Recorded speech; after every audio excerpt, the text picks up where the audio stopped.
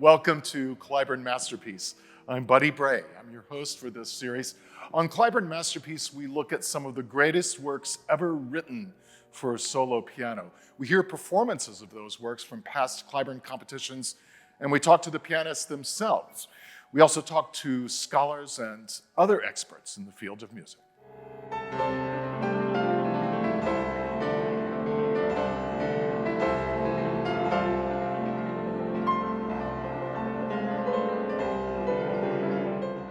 On this episode of Cliburn Masterpiece, we look at one of the towering monuments of the Romantic piano literature. That is the Schumann Fantasie for piano, Opus 17. We'll talk to the Italian pianist Alessandro Deljavan, and we'll hear him play the work from the 2013 edition of the Van Cliburn Competition. And we'll talk to Judith Chernaik, who is the author of a recent book called Schumann, The Faces and the Masks. Here's our conversation.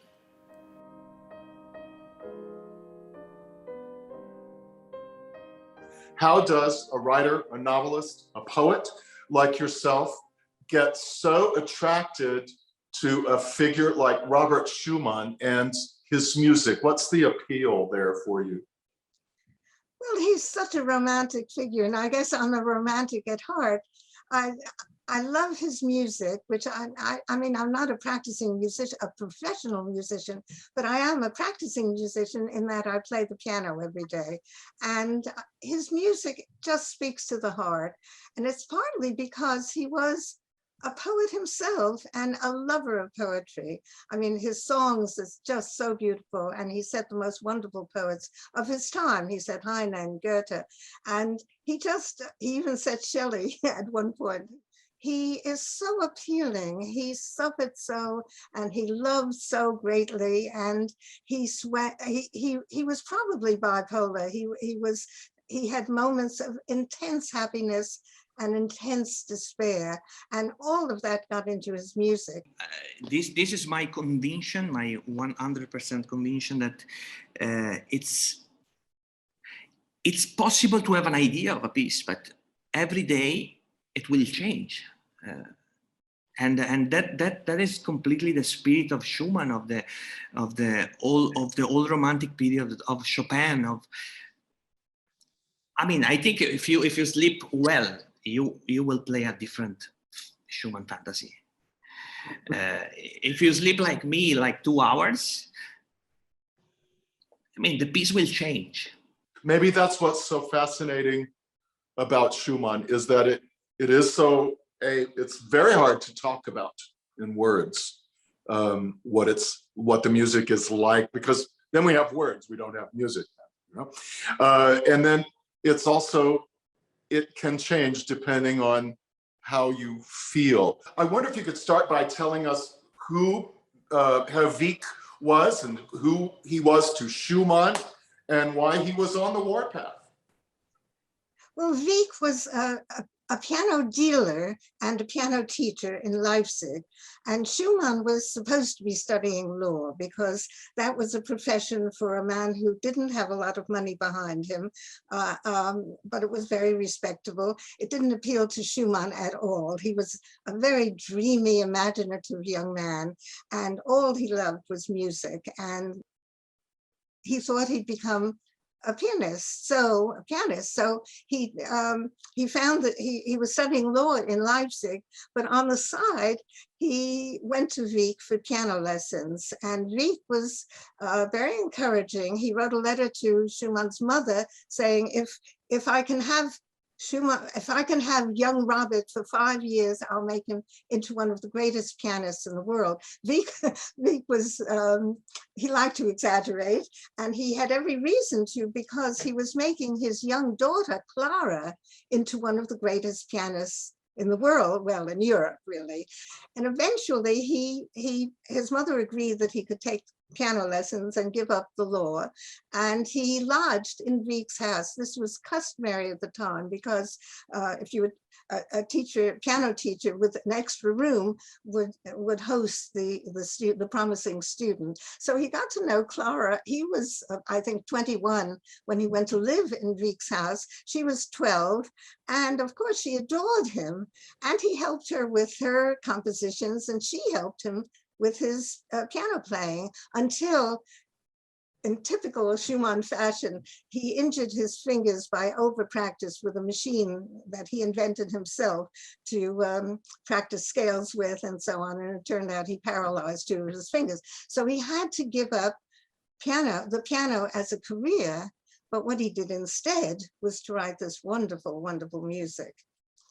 You speak in the chapter about a dark year, a dark summer in 1836, and you use a wonderful German word about it, Seelenschmerz. Can you talk about why this was a dark time for Robert Schumann?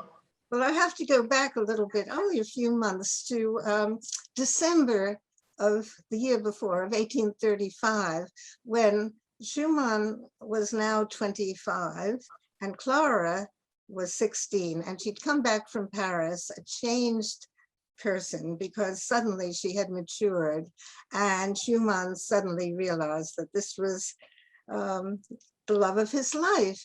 And they were able to meet secretly in Wieck's house. In fact, he was away for a while, and they discovered their love for each other. This was December.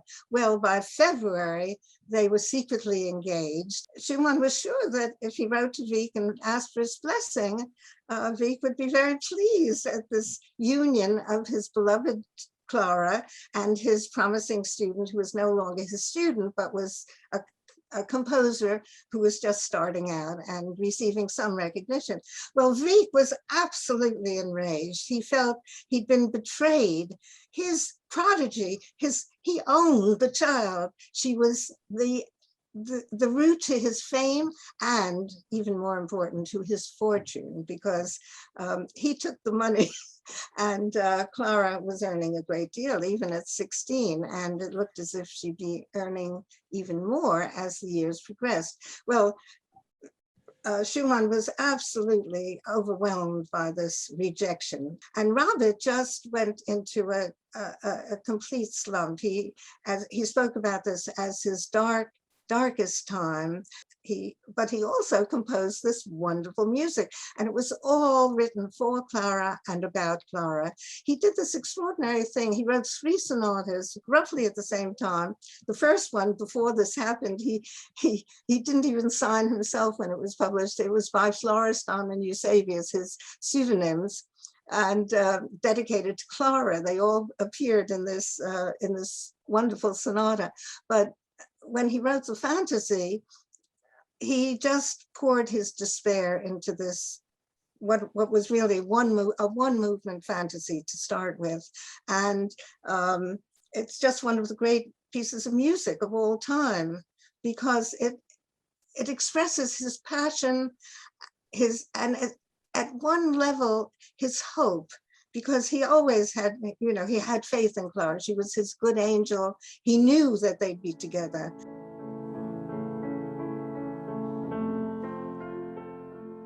What is it, Alessandro, that really connects you? What draws you to the Schumann Fantasie? Why do you love it so much? It's hard to say something about such a piece, because it's probably one of the most monumental romantic composition written in the 19th century. And with this incredible spirit of being free all the time, every bar, it's a natural connection between this piece and somebody who is completely in love with the instrument and and not only with the music of Schumann, but with the instrument and the passion of expressing something that can be harsh somehow, sometime.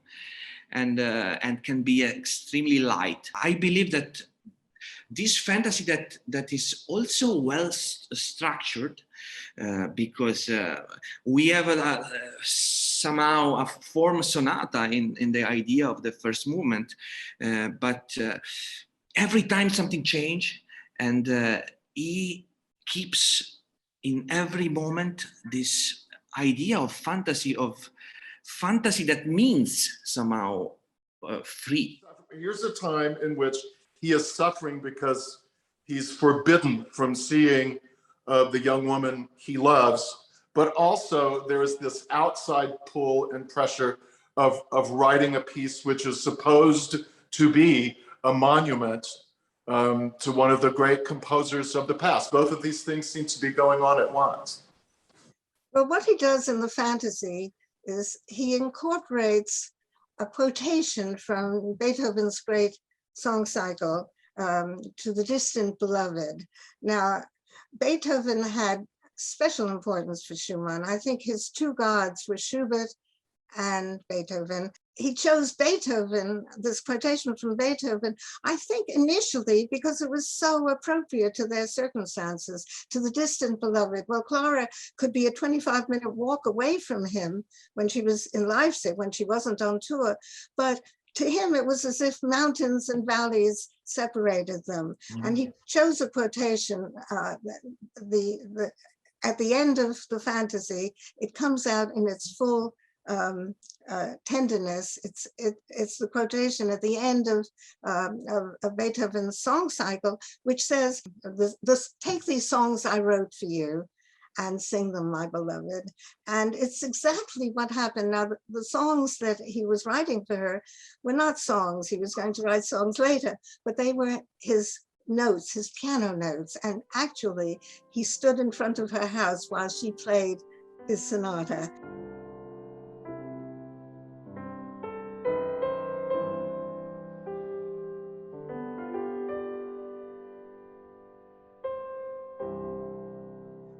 But later on, a few months later, when he knew that there was a collection of piano works being proposed to be sold to support a monument that was planned for Beethoven in his home city of Bonn. And Schumann thought, well, he'd add to this fantasy two movements and offer it to the editor of the collection, whom he knew the editor. So he composed as a second movement a very March-like, exuberant, energetic piece that actually sounds like Beethoven. It has a kind of Beethovenian flavor to it. It's quite unlike the fantasy movement that precedes it.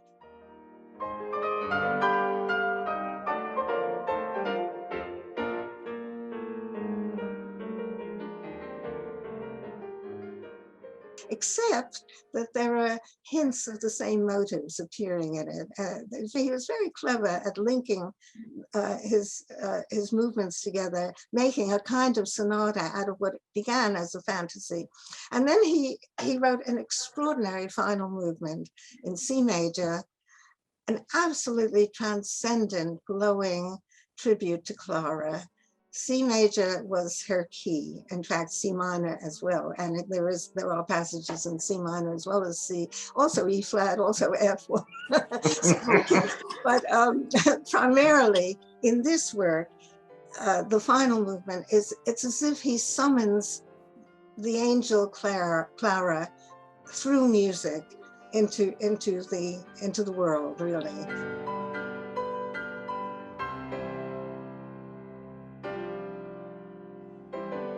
Is it important to, when you are playing in the first movement of the piece, is it important to see it as a whole movement? Or are you thinking about this moment goes to that moment? Yes, it's a natural one movement altogether for me, with this ideal trio in the middle part, the chorale. That is completely connected to the first part and to the third part. That is the new beginning, of the piece. I wonder if we could talk a little about those three sort of vivid titles. that really haven't made it into current concert life. But the titles of those, the respective movements in the Fantasie: Ruins, Trophies, and Palms. First of all, were those his titles? I'm afraid they were, and I think that they were. He dropped them eventually. You know, I think he had a very, very wonderful imagination. He was full of ideas, and not all of them were kept. Not all of them were wonderful. Some of them were, you know, they went right into the music and into his life, and we have the results of it. In this case, Ruins, in the French version, was the title he gave to the Fantasie alone. And I'm afraid this referred to the fact that his dreams of a happy life with his beloved Clara had been ruined by that monster, Wieck, her father, turning against him. So I think this was a kind of private a reference, which he then dropped, except that when he thought he'd present this the contribution to the Beethoven collection, it fit with the other two titles. Trophies, I suppose he changed that to Victory Trophy. I suppose it was something to do with his love of Beethoven's heroic side. Well, I mean, that would certainly fit also with Trophy, Heroic, and the key of E flat. Beethoven was big on the key of E flat as an heroic key, yes. So it would fit with that too. What's it like to perform the second movement? Actually, my idea is that the tension is less in the second movement. I think it's an intermission between the two principal ideas, no, of the first and the third, that as is extreme tension in every note, no? In the slaughtered and in the fast and active first. And somehow it's the most natural. I was saying that is probably more artificial, the first, in the idea of Schumann, but the second for me is it's actually an intermezzo between the two giants. What about Palms? What do you think about that? There too, I think. I mean, when you know the beauty and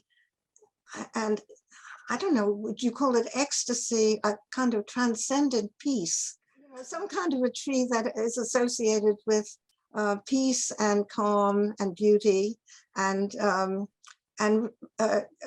reconciliation, perhaps. Can we talk about the third movement? Absolutely, absolutely. Do you have to, let me ask you this, because you are such an animated performer on the stage, you are so passionate, do you have to let yourself calm down a little bit before you start the third movement? Do you have to take a couple of breaths before you start it? The end of the second movement is such a frenzy of excitement, and there are all those skips and everything. What do you have to do before you begin the third movement in a performance? I remember that my connection between the two movements was extremely short, actually. I was not waiting so long because that coda, it's giving you an hope. Oh, okay. For me, I mean, it's not a conclusion. It's not a real conclusion, but it's telling you. And now it's an introduction to the real conclusion of the piece for me. So probably it should be connected. So it's so interesting because it's exactly the opposite of what most people would think. That you know, so and then you're sustaining your through line there is that there is a feeling of hope between the end of the second movement and then all the way through the third. Also you have this. long corona, and then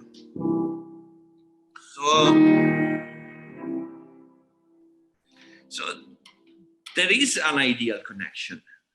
So there is something that you are waiting, and suddenly it comes.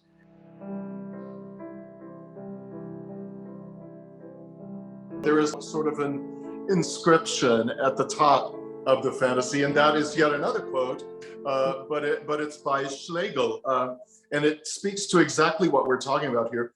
Through all the tones in this colorful earthly realm, a soft note sounds for one who listens in secret. So powerful, I think. And again, and I think to me that sort of indicates Schumann's, again, sort of private world in this music.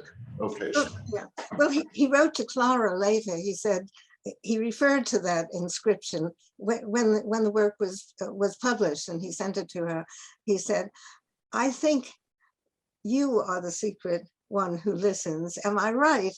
And of course, she said yes. The sort of personal approach you take in your performing life, maybe that's a perfect fit for a piece like the Schumann Fantasy, which is so personally felt and so personally composed. When you are performing the Schumann Fantasy anywhere, who are you playing for? Are you playing for Schumann? Are you playing for you? Are you playing for the audience? Is it all three? Normally, I'm always playing for one people. Okay.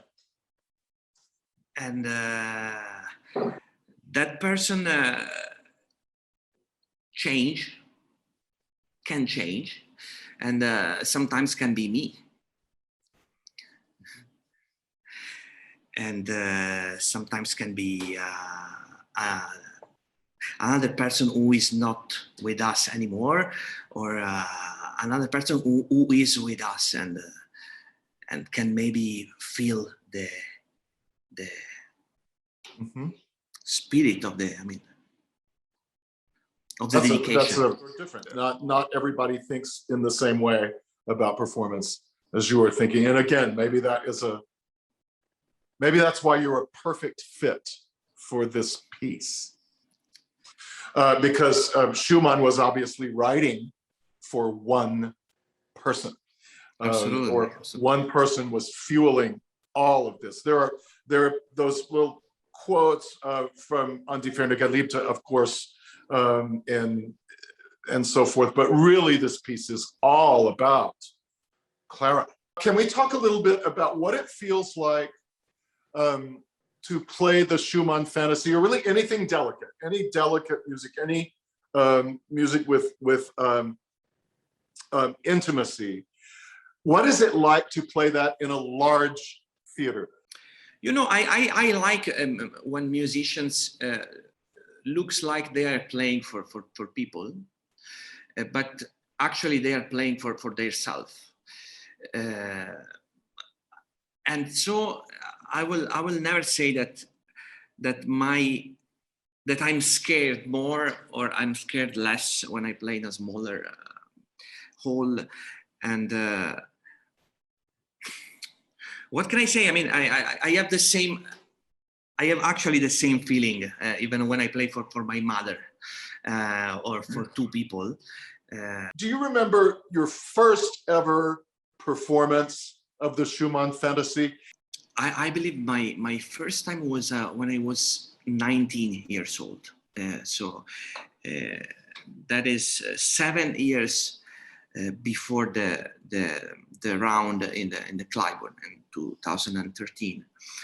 And I consider myself extremely lucky because I learn very fast. And in the first period that I know a piece, I probably take less risks, and normally I feel more comfortable.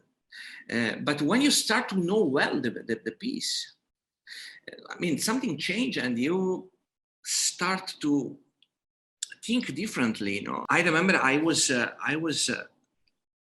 speaking with the Maestro Nabore till the last day before the performance in the Cliburn. And we were reconsidering everything the day before the performance. And this is what I think is Schumann, actually. It's always a reconsideration of an idea. I mean, there is nothing stable. From the 2013 edition of the Van Cliburn International Piano Competition, here is pianist Alessandro Deljavan in Schumann's great Fantasie for piano, Opus 17.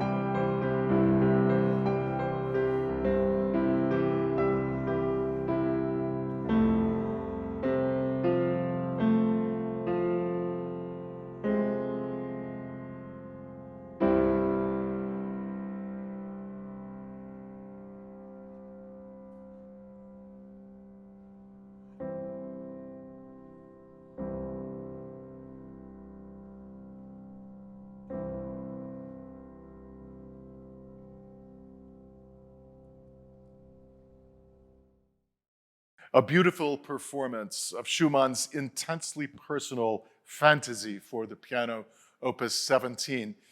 We were listening to the great Italian pianist Alessandro Deljavan, who also joined us to talk about this important work.